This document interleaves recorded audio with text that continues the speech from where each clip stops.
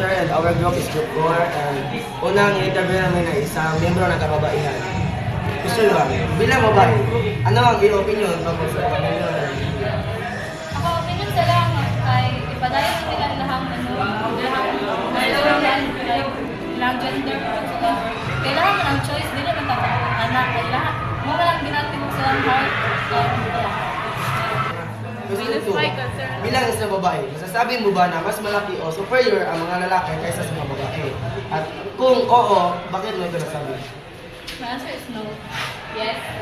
Because, pag may power na, kami lang makaano, like, nara sa mukha. Like, lahat ng utang ka lang.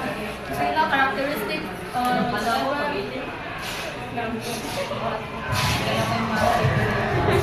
Question 3. Paano mo nalaman na tunay mo na kasarihan ng lalaki? Based sa ako ang appearance, like, physical na inyo na appearance. Tapos, sa ako ang voice, community, and sa ako ang nag-mix ko. And, so, thank you very much. Ay nagpa-interview ko sa mga ano.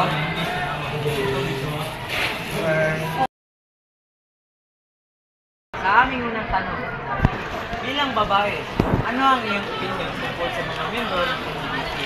Bilang babae, sa mga LGBT ay sila ay mabuting tao at natuloy dahil ang mga LGBT ay isang talented na mga tao.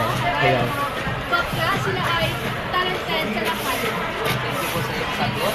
Sa aming pangalawang tanong, bilang isang babae, mas masasabi mo ba na mas malakas o superior ang mga lalaki kaysa sa mga babae? At kung oo naman, bakit mo ito nasabi? Oo, mas malakas sa mga lalaki. Dahil sila ay may kakayahang hindi kaya ng babae. Sila ay kayang bumuhat ng mga bibigat na bagay at ang mga babae naman ay tama-tama lang. Ang sagot.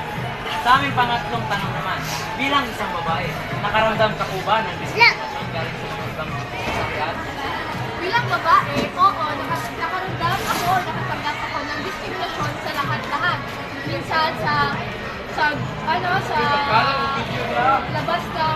paralan, sa loob ng paralan, kahit saan, nakaranas ako ng diskriminasyon.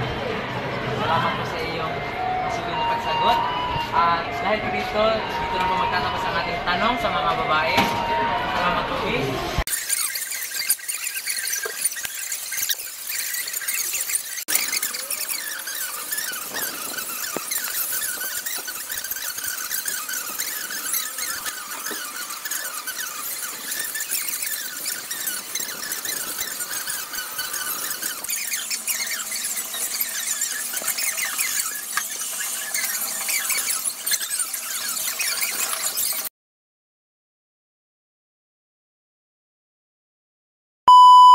Umaga, and kami po ang Group 4 at ang unang i-interviewin namin ay isang kababaihan.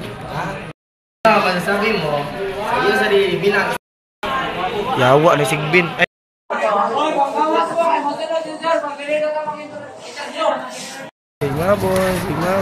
Sigma boy, Sigbin jud. Ay. Ad ka muna la interview? ikaw na sa